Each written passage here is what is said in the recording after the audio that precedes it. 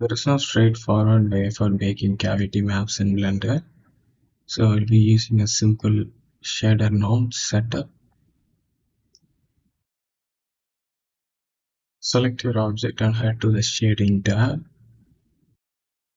In there, click on the new to create a new shader node. You can select the principled BSDF and delete it. Press Shift A and add a emission shader instead.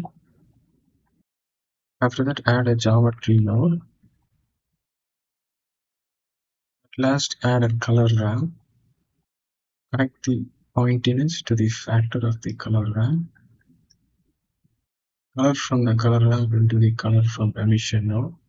We cannot preview the cavity in EV, so you will have to switch to cycles. In the render properties, you can switch to cycles and choose the rendered option up here. Move the white slider to around 0.6 and move the other slider closer to the white one. You should start seeing the cavity. Make sure the cavity isn't completely black. Keep everything gray. About there looks fine. You can keep it there, or you can just copy this value for the black, and for the white you can copy this value. To that, add a edge texture. Click on new, create a new image to save the cavity map and name it whatever you want.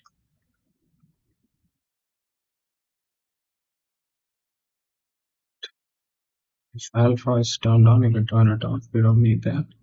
And then you can choose your resolution here, 2K, 4K, whatever. This creates an empty image. I will select that image and make sure you have your object selected here in the outliner. Select the image in the shading mode and head to the baking options in the cycles in the render properties.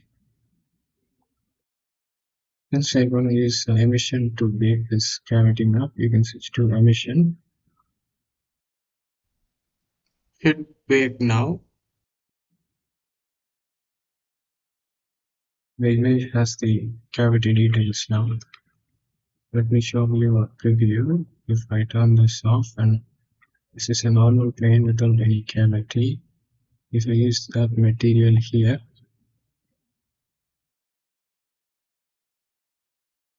and plug the image into the emission, you can see it has the cavity details.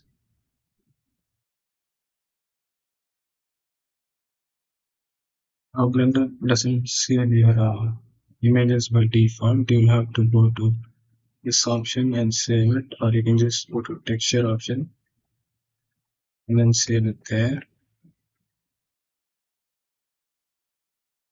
Either way, choose the black and white option because this image only contains black and white details.